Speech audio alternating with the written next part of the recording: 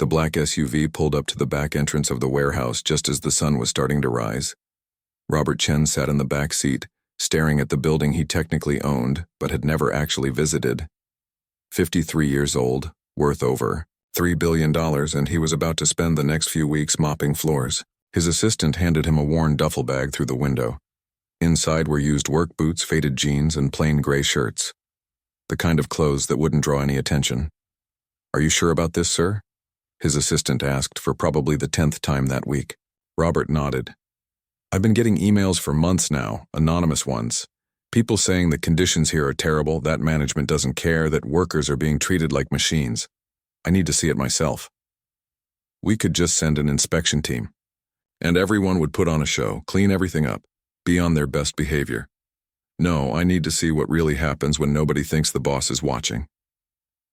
The SUV drove away, and Robert stood alone in the parking lot, feeling more nervous than he had in years.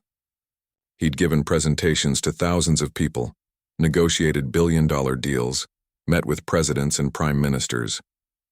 But right now, holding this cheap duffel bag in a parking lot, he felt completely out of his element. Inside, he found the supervisor's office. A tired-looking man in his 40s glanced up from his coffee. "You the new janitor? Mike, right?" Robert had chosen the name himself. Simple. Forgettable.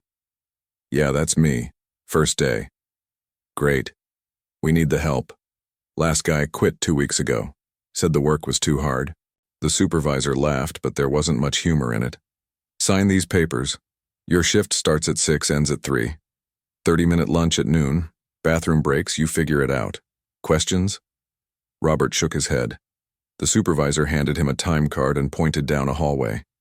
"Cleaning supplies are in the closet by the loading dock. Start with the bathrooms on the first floor, then work your way through the break rooms. If you're still standing by the end of the day, come back tomorrow." The supply closet was cramped and smelled like chemicals. Robert stared at the industrial cleaning equipment like it was alien technology. He'd never mopped a floor in his life. His penthouse apartment had a cleaning service. His offices had maintenance crews. He realized, suddenly, how ridiculous this whole plan was. But he'd committed to it. He grabbed what he thought he needed and headed to the nearest bathroom. 20 minutes later, he'd managed to make the floor wetter, but not necessarily cleaner. The mop was heavier than he expected, and he couldn't figure out the right technique. He was pushing water around more than actually cleaning anything. You're supposed to wring it out more. Robert turned to find a young woman watching him from the doorway. She looked about 25, wearing a warehouse uniform with her dark hair pulled back in a ponytail. Her name tag said, "Maintenance Team." "What?" Robert said, trying to sound like he knew what he was doing. "The mop. You're leaving too much water on the floor. Someone's going to slip and break their neck." She stepped into the bathroom and showed him how to use the wringer bucket properly. "Like this, see? Press down hard, then twist. Gets most of the water out." Robert tried it. It worked better. "Thanks. I'm still learning, I guess." "First day? That obvious?" She smiled. It was a genuine smile, not the polite kind people gave him in boardrooms. "We all started somewhere. I'm Lily. I work in the warehouse, but I used to help with cleaning when we were short-staffed. What's your name?" "Mike," Robert said, the fake name feeling strange in his mouth. "Well, Mike, pro tip, start with the toilets and sinks first, then do the floors. That way you're not tracking dirty footprints everywhere. Also, there's better cleaning solution in the supply closet on the second floor. The stuff down here is watered down. Management thinks we don't notice, but we do." She said that last part with a bit of edge in her voice. Robert filed that information away mentally. "Thanks for the help," he said. Lily shrugged. "No problem. We look out for each other here. Management sure doesn't." She checked her watch. "I've got to get back to my station. Good luck, Mike. It gets easier after the first week. Probably." She left, and Robert stood there for a moment thinking about what she'd said. We look out for each other. Management sure doesn't. He'd approved the management team for this facility himself, based on reports and numbers. But he was starting to realize he didn't know anything real about this place. The rest of the morning was brutal. His back started hurting around 8. By 9, his hands were raw from gripping the mop. By 10, he was sweating through his shirt and wondering how people did this work for years. He cleaned 4 bathrooms, 3 break rooms, and a hallway before lunch. He'd seen dozens of workers pass by, most of them looking tired. Some nodded at him. Others didn't seem to notice he existed. He was just the janitor. Invisible. During his break, Robert went to the employee break room. It was depressing. The walls needed paint. Half the chairs were broken. The vending machines looked ancient, and one had an out-of-order sign that seemed permanent. Fluorescent lights flickered overhead.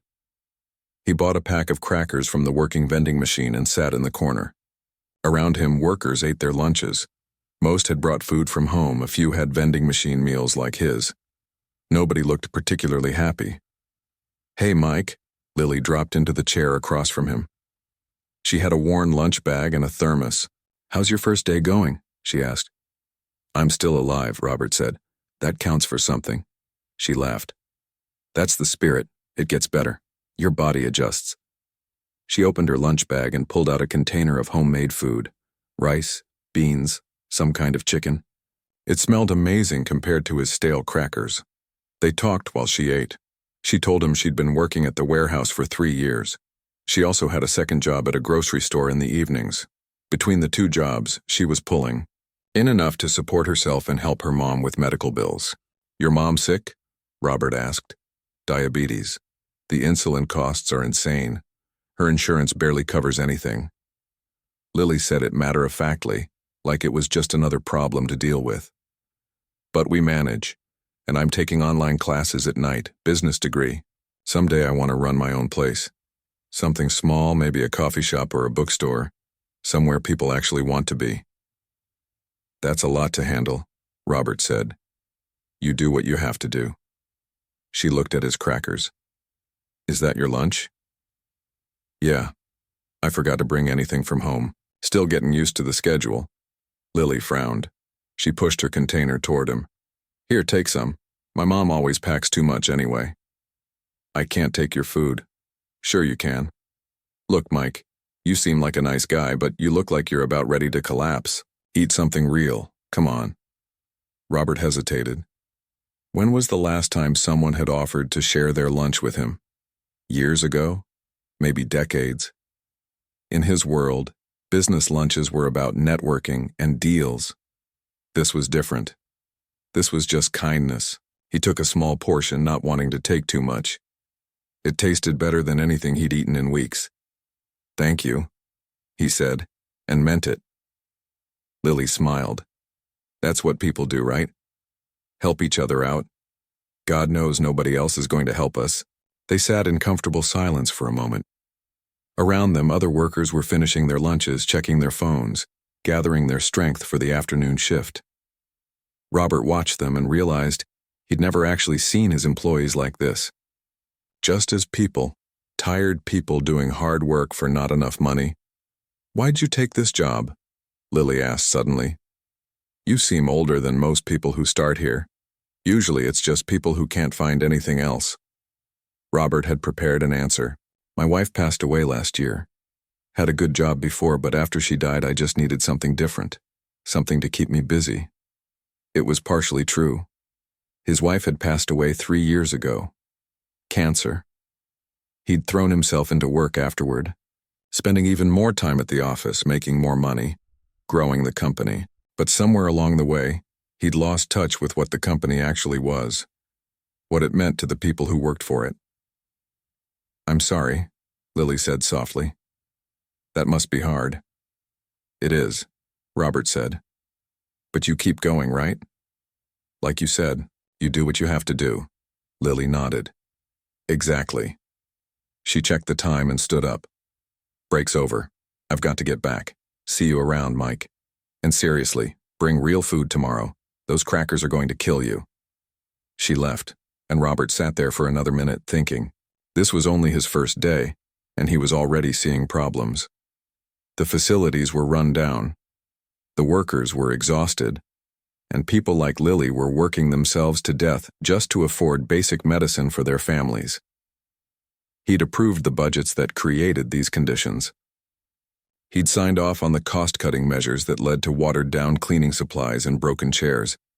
He'd looked at spreadsheets that showed labor costs and profit margins, but he'd never thought about the actual people behind those numbers. Robert threw away his trash and went back to work.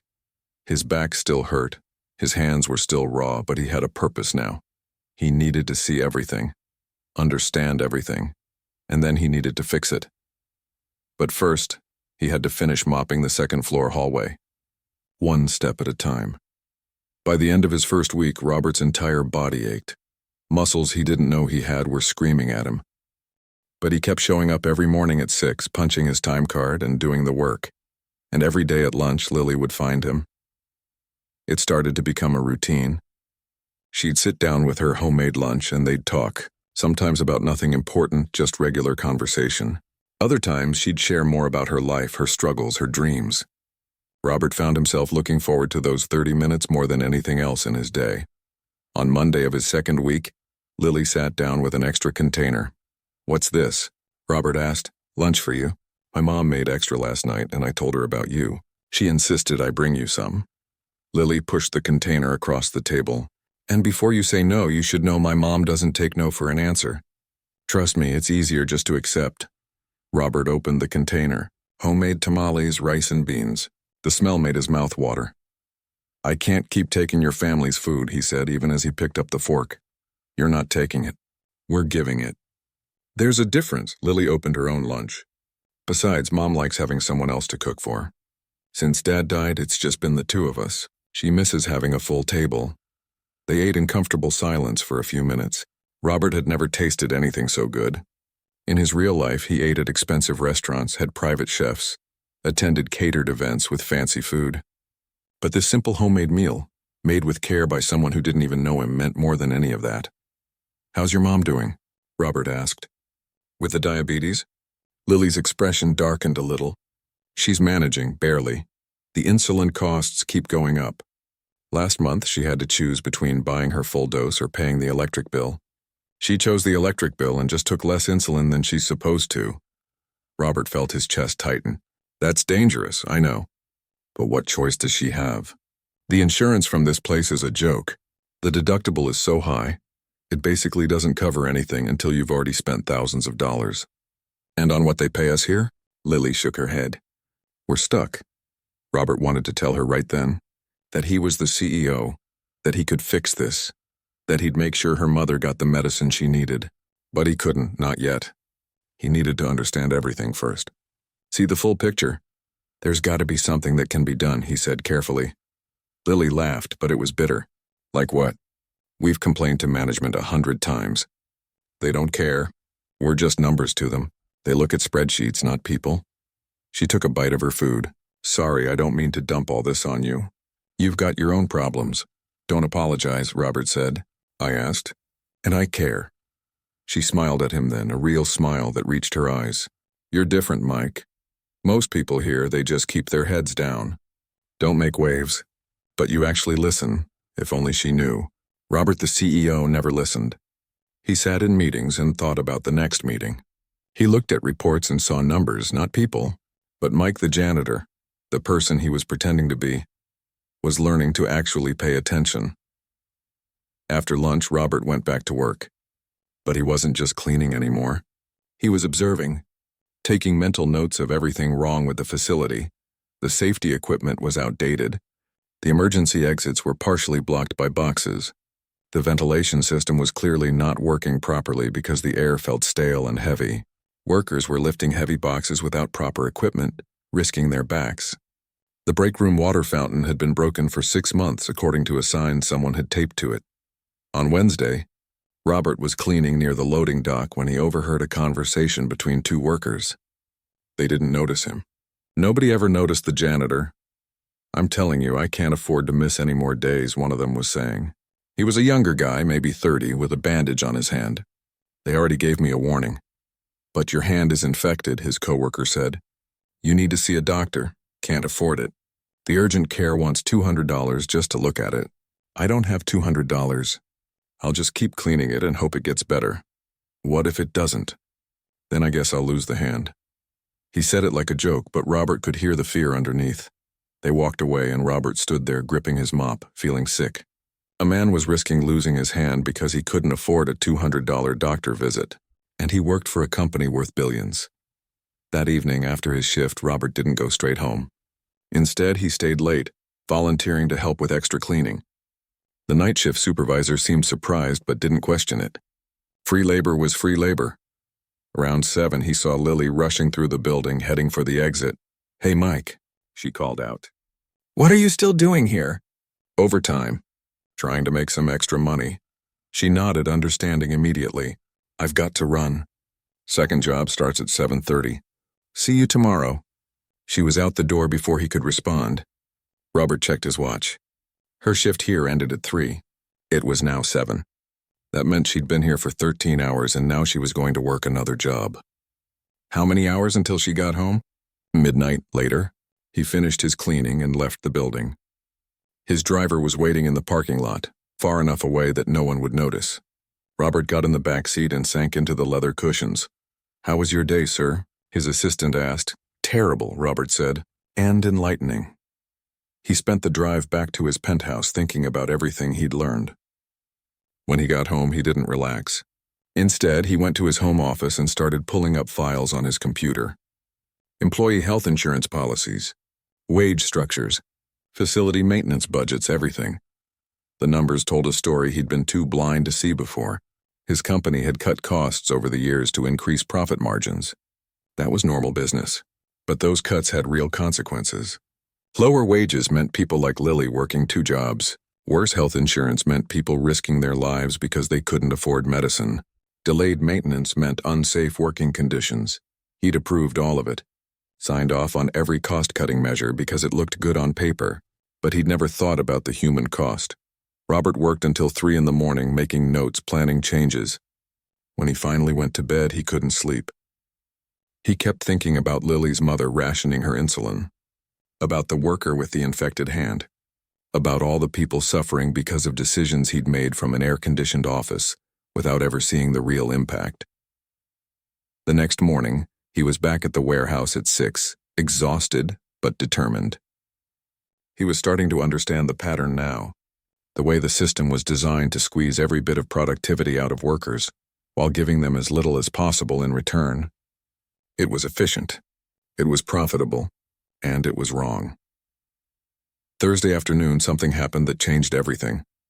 Robert was cleaning the second-floor offices when he heard shouting. He followed the sound to a hallway where a man in a suit was yelling at Lily. Robert recognized the man from files he'd reviewed. Daniel Patterson, the facility manager. The man who sent reports to corporate about how smoothly everything was running. "I don't care about your excuses," Patterson was saying. "The shipment was supposed to go out yesterday."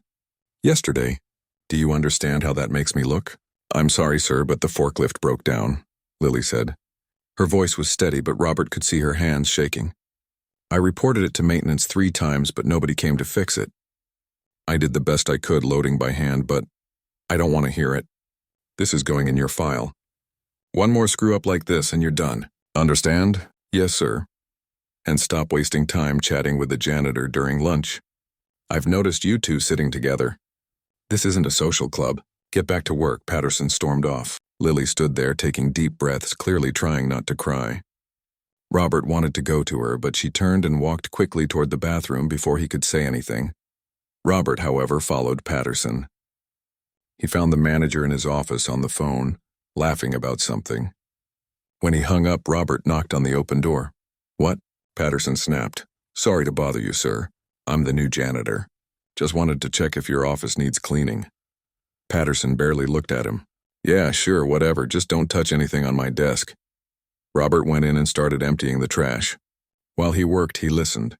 Patterson made several calls, each one revealing more about how he actually ran the facility. He lied to suppliers about delivery times. He blamed workers for his own mistakes. He talked about the employees like they were disposable. In one call, he even bragged about cutting costs by not fixing equipment. "Why spend money on maintenance when we can just make them work harder?" he said, laughing. Robert's grip tightened on the trash bag. This man was the problem, or at least a big part of it, and Robert had hired him, promoted him, given him this power because he looked good on paper. That evening, Robert found Lily in the parking lot. She was sitting in her car and he could tell she'd been crying. He tapped on the window. She looked up startled, then rolled it down. "You okay?" Robert asked. "Yeah, I'm fine. Just a bad day." That manager was way out of line. Lily shrugged. "That's just how he is. He treats everyone like that. But we need the job, so we take it. Nobody should have to take that." "Welcome to the real world, Mike." She started her car. "I've got to get to my other job. I'm already going to be late." "Lily, wait. Why do you stay here? If it's this bad, why not find something else?" She looked at him like he'd just asked why she needed air to breathe. "Because there is nothing else. At least not around here that pays even this much. And I've got my mom to take care of. I can't afford to quit and hope I find something better. I can't afford to take that risk." She put the car in reverse. "That's what people like Patterson count on. He knows we're trapped, so he can treat us however he wants." She drove away and Robert stood there in the parking lot watching her taillights disappear. He felt a rage building inside him that he hadn't felt in years. This wasn't just about bad management or cost-cutting anymore. This was about people being trapped, being abused, having no way out. And he had the power to change it. All of it, right now. He could make one call and have Patterson fired. He could approve better insurance, higher wages, safer equipment. He could fix everything, but something held him back. If he revealed himself now, he'd only see part of the picture. There was more to learn, more to understand. He needed to see how deep this went. Not just at this facility, but potentially across the whole company. Robert went home that night and made a decision. He'd give it one more week, 7 more days to see everything, understand everything, and then he'd act. He'd make changes so big that nobody could ignore them. But more than that, he'd make sure Lily knew why he'd done all this. He'd make her understand that her kindness, her friendship, had opened his eyes in a way nothing else could have. He just hoped she'd forgive him for the lie when the truth finally came out. The 3rd week brought a cold snap. Robert arrived at the warehouse Monday morning to find workers huddled by the loading dock, their breath visible in the air. Heating systems broken again, someone muttered as he passed. 3rd time this month. Robert added it to his mental list of problems. That list was getting long. He found Lily at her usual station wearing 2 jackets. She waved when she saw him, but he could tell she was tired. More tired than usual. The dark circles under her eyes had gotten worse. At lunch, she dropped into the chair across from him with a heavy sigh. "Rough morning?" Robert asked. "Rough life," she said, then laughed to show she was joking. But it didn't sound like a joke. She pushed a container of food toward him. "Mom made pozole. She said the janitor needs to keep his strength up. Your mom doesn't even know me. Why does she keep doing this? I told her about you, how you're working here after losing your wife, trying to start over. She said anyone doing that deserves a good meal." Lily opened her own container. "Also, I think she's trying to set us up. She keeps asking if you're single." Robert felt his face get warm. "I'm old enough to be your father. You're not that old." "What are you, 50? 53. See? That's not that old. My dad was 10 years older than my mom." Lily took a bite of her pozole. "Relax, I'm not hitting on you. But Mom's traditional. She thinks everyone should be married. It makes her happy to think about, so I let her." They ate in silence for a moment. Robert had been watching Lily more carefully over the past few days. The way she moved slowly like everything hurt. The way she'd fall asleep sitting up during breaks if she thought no one was looking. She was running herself into the ground. "Can I ask you something?" Robert said. "Sure. Why do you do this to yourself? 2 jobs, school, taking care of your mom. You're going to burn out." Lily set down her spoon. "You want the real answer or the polite one?" "The real one. Because I'm terrified." She said it simply, like it was a fact. "I'm terrified that if I stop, if I slow down even a little, everything will fall apart. Mom will get sicker. We'll lose the house. I'll be stuck in places like this for the rest of my life." She looked around the break room. "Don't get me wrong. There's nothing shameful about this work. But I want more. I want to build something. And the only way to get there is to work harder than everyone else." "That's not fair," Robert said. "You shouldn't have to work this hard just to survive." "Fair?" Lily laughed. "Mike, nothing about life is fair. Some people are born rich. Some people are born poor. Some people get opportunities handed to them. Others have to fight for scraps. That's just how it is." Robert wanted to tell her she was wrong, that things could be different, that he could make them different. But he stayed silent. You know what the worst part is? Lily continued. It's not the hard work. I don't mind working hard. It's the feeling that no matter how hard I work, I'm never going to get ahead. Like I'm running on a treadmill that keeps speeding up, and I'm just trying not to fall off. She wiped her eyes quickly. Sorry, I don't usually complain this much. I'm just tired. When's the last time you had a day off? Define day off. A day where you didn't work at all. Either job. Lily thought about it. Probably 3 months ago? Maybe 4? I took a Sunday off when Mom had a bad spell and I needed to stay with her. That's not sustainable. I know. But what choice do I have? She checked her watch and stood up. Break's over. Thanks for listening, Mike. You're easy to talk to. After she left, Robert sat there staring at the half-eaten pozole. He made a decision. He couldn't wait another week. He needed to act now. But he needed to do this right. That afternoon, while cleaning the administrative offices, Robert made sure he was alone. Then he pulled out his phone and made a call. This is Robert Chen, he said quietly.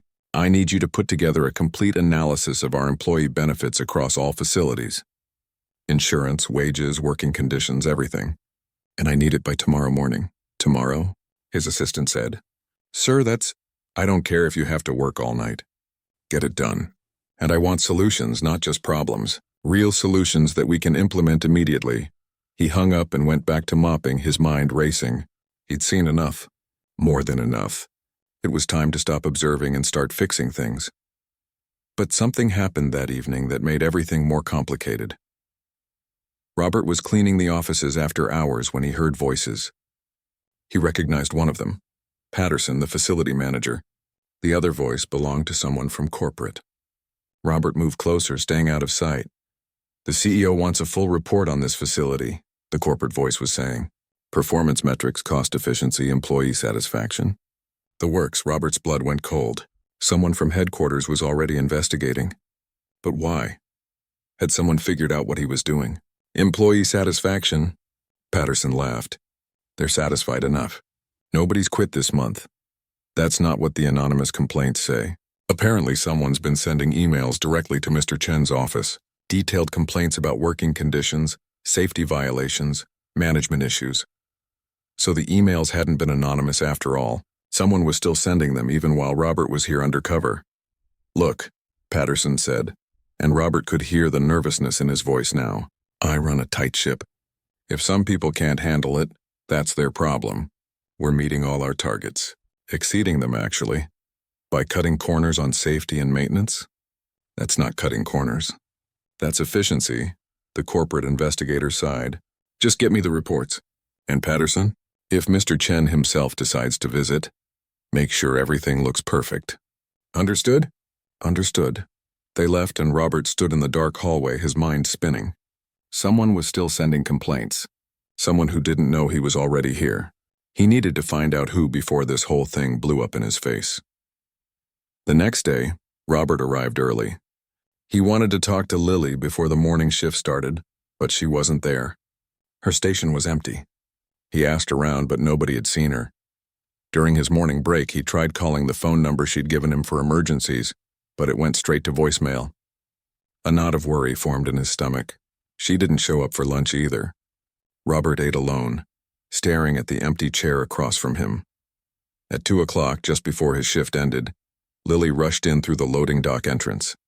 She looked terrible. Her hair was messy, her uniform wrinkled, and she'd clearly been crying. Robert found her in the warehouse, loading boxes with shaky hands. Lily, what happened? Where were you? She didn't look at him. I'm fine. Just had some stuff to deal with. You're not fine. Talk to me, Mike, please. I can't right now. I'm already in trouble for being late. Patterson's going to write me up. What happened? She stopped loading boxes and turned to face him. Her eyes were red. Mom had an episode this morning. Low blood sugar. She passed out. I had to call an ambulance, ride with her to the hospital. Make sure she was okay. The hospital wanted to keep her overnight for observation. But we can't afford that, so I had to argue with them until they agreed to let her go home. My neighbor's with her now, but I need to get back as soon as my shift ends. Why didn't you just call in sick? Because I've already used all my sick days. If I miss any more time, I get written up. 3 write-ups and I'm fired. I already have one from last month when I had to take Mom to her doctor's appointment. Lily's voice cracked. I can't lose this job, Mike. Even with how terrible it is, I can't lose it. Robert felt something break inside him. He'd been planning to wait to do this properly, to have all his ducks in a row. But looking at Lily, exhausted and scared and trapped, he couldn't wait anymore. Come with me, he said. What? No, I have to work. Trust me, please. Something in his voice must have convinced her because she followed him. He led her to the facility manager's office. Patterson was inside on the phone as usual. Robert knocked on the door. Patterson looked up, annoyed. What do you want, janitor? I need to talk to you about Lily's situation. Patterson laughed. Her situation? You mean the fact that she showed up 3 hours late? That situation? It's none of your business. Get back to work before I write you up too. Actually, Robert said, his voice changing, becoming harder. More authoritative. It is my business. Because I own this company. The room went silent. Patterson stared at him. Lily stared at him. Robert reached into his pocket and pulled out his real wallet, the one his assistant had gotten back to him a few days ago. He showed them his ID, his real ID, Robert Chen, CEO. What is this? Patterson said weakly. This is me telling you that you're fired. Effective immediately. Security will escort you out, and if you even think about retaliating against any employee here, I'll make sure you never work in this industry again. Patterson's face went white. You can't. I have a contract. Read the fine print. Gross negligence voids the contract, and I've seen plenty of negligence over the past 3 weeks. Robert pulled out his phone and made a call. Security! This is Robert Chen. I need someone at the Detroit facility, immediately to escort Daniel. Patterson from the building. He hung up and turned to Lily. She was staring at him like she'd never seen him. Before you, she whispered. I'm sorry, Robert said. I lied to you. My real name is Robert Chen. I'm the CEO. I came here undercover because I was getting complaints about this facility, and I needed to see the truth for myself. And I did, thanks to you. Lily's expression shifted from shock to understanding to anger. You lied to me. This whole time you were lying. Yes, I told you everything. About my mom, about my struggles, about how afraid I am. I shared my family's food with you, and you were lying the whole time. I was trying to help. By pretending to be someone you're not? By making me feel sorry for you? Was any of it real? The story about your wife? That was real. She did die. I didn't lie about that, but everything else? The struggling janitor act? That was all fake. Lily's voice was shaking. Do you have any idea how that makes me feel? Like a charity case. Like some poor person you decided to study for your little social experiment. That's not what this was. Then what was it? Robert didn't have a good answer.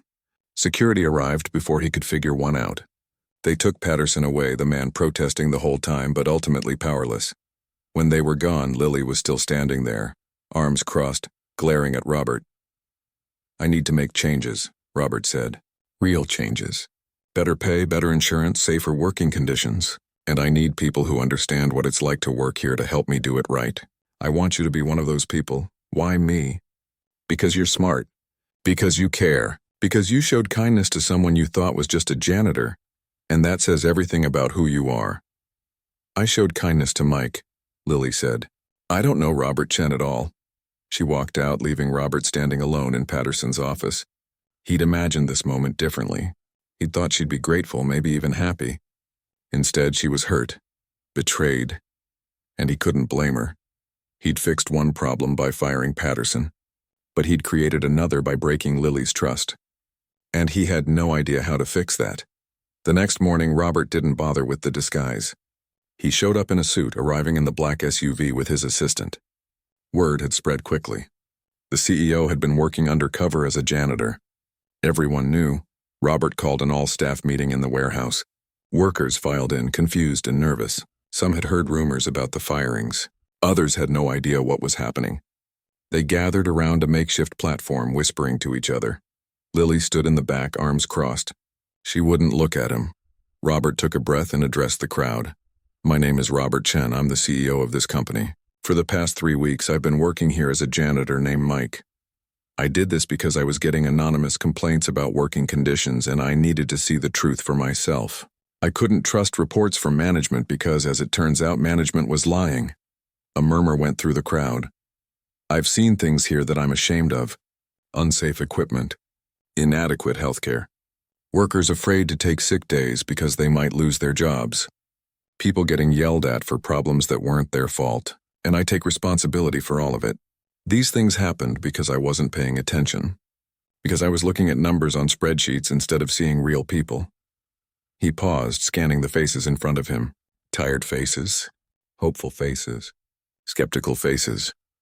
Effective immediately, I'm making the following changes. First, every hourly worker in this facility is getting a 20% wage increase. Second, we're upgrading the health insurance plan to include full coverage for prescriptions, including insulin and other essential medications, with zero deductible.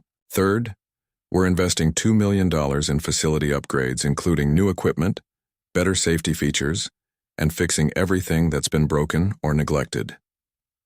The murmuring grew louder. People were looking at each other, not sure whether to believe him. Fourth, I'm implementing a new anonymous reporting system directly to my office. If you see problems, you can report them without fear of retaliation. And fifth, Daniel Patterson is no longer the facility manager. We'll be hiring a replacement, and this time, I'll be personally involved in the selection process. Someone in the crowd raised their hand. Robert nodded at them. How do we know you'll actually do all this? How do we know it's not just talk? Because I'm not leaving until it's done. I'm staying here in Detroit for the next month to personally oversee every change. My assistant has already started processing the wage increases. You'll see them in your next paycheck. The insurance changes go into effect next week, and the facility upgrades start tomorrow. Another hand went up. Why now? Why not before? Robert didn't have a good answer for that. Because I should have been paying attention all along. Because someone had to show me what was really happening here. And I'm grateful they did, even if the lesson was painful. He looked at Lily when he said it, but she still wouldn't meet his eyes. I know I can't fix everything overnight. I know some of you are angry and you have every right to be. But I'm asking for a chance to make things right. That's all. The meeting ended. Workers filed out, talking among themselves. Some looked hopeful. Others remained skeptical. Robert didn't blame them. He'd been a terrible boss and words were cheap. Only actions would prove whether he meant what he said. Over the next few days, Robert kept his promise. Contractors arrived to fix the heating system, repair the broken equipment, and upgrade the ventilation. The new insurance cards came in. The first paychecks with the wage increase went out. People started to believe him, but Lily still wouldn't talk to him. Robert saw her every day. She came to work, did her job, went home. She was professional, polite even, but distant. The warmth that had been there before, the friendship they'd built, was gone. And it hurt more than Robert had expected. On Thursday, Robert's assistant pulled him aside. Sir, I've been doing some research about Lily. You asked me to look into her mother's medical situation. What did you find? Her mother's hospital bills are substantial. Even with the new insurance, there are existing debts from before, nearly $40,000. And Lily's been making minimum payments, but at the interest rate they're charging, she'll be paying it off for the next 20 years. Robert felt sick. $40,000. That was nothing to him. He could write a check right now and barely notice the money gone. But to Lily, it was an impossible mountain. Can we set up some kind of company assistance fund? Something to help with medical debt? We could. It would take a few weeks to establish properly, with guidelines and an application process. Do it. Make it generous. And make sure it's anonymous. I don't want anyone to know the money came from me specifically. His assistant nodded and left. Robert sat in the temporary office he'd set up, staring at reports but not really seeing them. He kept thinking about Lily, about how she must feel, betrayed, used, like he'd been playing games with her life. That evening, as workers were leaving, Robert found Lily in the parking lot. She was sitting in her car, talking on the phone. He waited at a distance until she hung up. When she got out of the car, he approached. Can we talk? I need to get to my second job, she said, not looking at him. Please. Just 5 minutes, Lily sighed. Fine, 5 minutes. They stood in the parking lot, the late afternoon sun casting long shadows. I'm sorry, Robert said. I know I said it before, but I need you to understand. I wasn't trying to deceive you for fun. I wasn't studying you like some kind of experiment. I was trying to see the truth, and you showed it to me. By lying to me. Yes. And I was wrong to do it that way. But Lily, everything else was real. The conversations we had, the lunches we shared, the friendship. That was all real. At least it was for me. How am I supposed to know what's real with you? You're a billionaire. You could buy and sell my entire life with pocket change. We're not friends. We can't be friends. We live in completely different worlds. We don't have to. Lily laughed, but there was no humor in it. Yes, we do. You go home to a mansion. I go home to a tiny apartment where the heat doesn't always work. You don't worry about money. I count every dollar. You have power and influence. I'm just trying to survive. Don't pretend those differences don't matter. They matter, Robert admitted. But they don't have to define everything. You taught me something these past few weeks. You showed me what real strength looks like. Real kindness. You work 2 jobs, take care of your mom, go to school, and you still found time to share your lunch with someone you thought was just a janitor. That's who you are. And that's worth more than any amount of money. Lily's expression softened slightly. Why do you even care what I think? You're the CEO, you can do whatever you want. Because your opinion matters to me. Because I don't want to be the kind of person who uses people and walks away. And because I genuinely valued our friendship, even if it started with a lie. They stood in silence for a moment. Lily looked tired. Not just physically tired, but tired deep in her bones. The kind of tired that comes from carrying too much for too long. I need to go, she finally said. I'm going to be late. You're still working the second job? Of course I am. The wage increase helps, but I've still got debt. Medical bills. Student loans. I can't afford to quit. Robert wanted to tell her about the assistance fund. About how he could make all her problems disappear with one phone call. But he'd learned something these past few weeks. Sometimes helping people means respecting their dignity, not just throwing money at them. What if you didn't have to? He said instead. Didn't have to what? Work 2 jobs. What if I offered you a position here that paid enough that you only needed one? Lily's eyes narrowed. Like what? I meant what I said at the meeting. I need people who understand what it's like to work here. People who can help me make real changes. Not just at this facility, but across the whole company. I want to create a new position, employee advocate. Someone who represents the workers' interests, who has a direct line to me, who can call me out when I'm making decisions that hurt people. And I want you to take that position. Why me? Because you're not afraid to tell the truth. Because you care about people. Because you've lived this life. And you understand what workers need in a way I never could. And because you're studying business. This would be real experience, the kind you can't get in a classroom. Lily was quiet for a long moment. What does it pay? Robert named a figure. It was more than double what she made from both her jobs combined. Lily's eyes widened. That's a lot of money. It's what the job is worth, and it comes with the full benefits package, including the upgraded health insurance. Plus, we'd cover the rest of your business degree. Full scholarship. I don't want charity. This isn't charity. This is a job offer. A real job with real responsibilities. You'd have to work for it, and you'd have to be honest with me. Even when it's uncomfortable. Especially when it's uncomfortable. Can you do that? Lily looked at him, really looked at him for the first time since he'd revealed his identity. If I take this job, I'm going to call you out on everything I see wrong. I'm not going to be polite about it. And I'm not going to pretend you're perfect just because. You're the boss. I don't want you to. And I'm still mad at you for lying. Understand, I might stay mad for a while. That's fair. Lily took a deep breath. Okay, I'll take the job. But on one condition. What's that? Be honest with me from now on. No more lies. No more secrets. If we're going to work together, I need to be able to trust you. Robert extended his hand. Deal. She shook it. Her grip was firm, strong. The handshake of someone who'd worked hard her whole life and wasn't afraid of more hard work. When do I start? She asked. Monday. That gives you time to give notice at your other job. And Lily, thank you. For giving me another chance, she nodded and got back in her car. Before she drove away, she rolled down the window. Hey, Robert, yeah? Tell your mom I said thank you for all the lunches. They meant a lot, Robert smiled. I will. He watched her drive away, feeling something he hadn't felt in a long time. Hope. Real hope that maybe he could be better. Do better. Not just as a CEO, but as a person.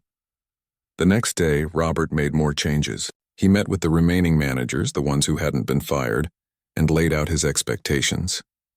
Treat workers with respect. Listen to their concerns. Fix problems instead of hiding them. Anyone who couldn't do that would be replaced. Some of them looked uncomfortable. Others nodded enthusiastically, maybe too enthusiastically. Robert would have to watch them carefully. But he had Lily now. She'd help him see through the corporate games, the empty promises. On Saturday, Robert visited the warehouse even though it was his day off. He wanted to see the progress on the upgrades. Contractors were installing new safety equipment, replacing old machinery, repainting the break room. He found himself in front of the vending machines, the ones where he'd bought those terrible crackers on his first day. They'd been replaced with new machines stocked with better food at lower prices. Another small change, but it mattered. Looks different in here. Robert turned to find Lily standing in the doorway. She was dressed casually, jeans and a sweater, no uniform. "What are you doing here?" he asked. "It's Saturday. Could ask you the same thing." She walked into the break room and looked around. "Wow, you really are making changes. I told you I would." "Yeah, but..." She ran her hand along the newly painted wall. "I guess I didn't really believe it until I saw it. Most people, when they make promises, they forget them as soon as it's convenient. But you're actually doing it.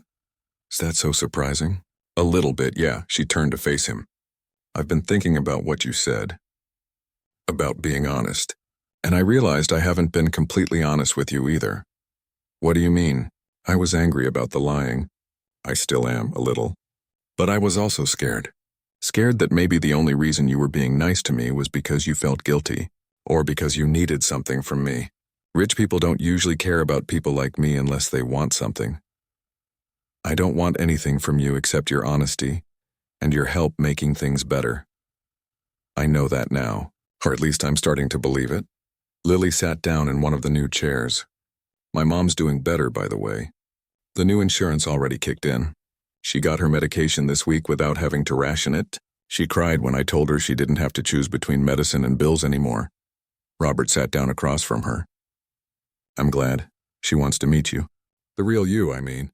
She's convinced you're some kind of angel." Lily laughed. "I told her you're just a man who finally decided to do the right thing. Better late than never." "Better late than never," Robert agreed. They sat in silence for a moment, but it was comfortable now. The anger and hurt were fading, replaced by something like understanding. "So Monday," Lily said. "First day as employee advocate. What exactly am I walking into? Honestly? I have no idea. We're making this up as we go, but I figure you start by talking to people, finding out what they really need, what would make their lives better. And then you come to me and we figure out how to make it happen. Just like that?" "Just like that," Lily smiled. "This is either going to be amazing or a complete disaster." "Probably both," Robert said. "But at least it'll be interesting." 3 weeks passed. Lily's first weeks as employee advocate were a whirlwind of meetings, interviews with workers, and late-night strategy sessions with Robert. She took to the role like she'd been born for it, unafraid to push back against corporate bureaucracy and demand better for the people she represented. Robert found himself looking forward to their meetings. Not just because she was good at her job, which she was, but because she kept him grounded. When he started slipping back into CEO mode, talking about efficiency and profit margins, she'd remind him about the actual people affected by those decisions. "We need to cut costs somewhere," his CFO said during one meeting. "The wage increases and insurance upgrades are costing us millions." "Then cut executive bonuses," Lily said immediately. "Starting with yours," the CFO looked shocked. "That's not how business works." "Why not?" Lily leaned forward. "You're telling me that the people at the top, who already make more in a month than most workers make in a year, can't take a small pay cut so that the people actually doing the work can afford to live? Explain to me how that makes sense." Robert watched the CFO squirm. "She has a point. Let's restructure the executive compensation packages, cap bonuses at 50% of what they were last year, and redirect that money to worker benefits." "Mr. Chen, you can't be serious." "I'm completely serious. Make it happen." After the meeting, Lily walked with Robert back to his temporary office. "You know they're going to hate you for that," she said. "Probably, but they'll get over it. And if they don't, they can leave." Robert held the door open for her. "You were good in there. I was angry in there. There's a difference. Sometimes angry is good. It means you care." Robert sat down at his desk, which was covered in reports and proposals. "What's next on your list?" Lily pulled out her notebook. She'd been keeping detailed notes on everything.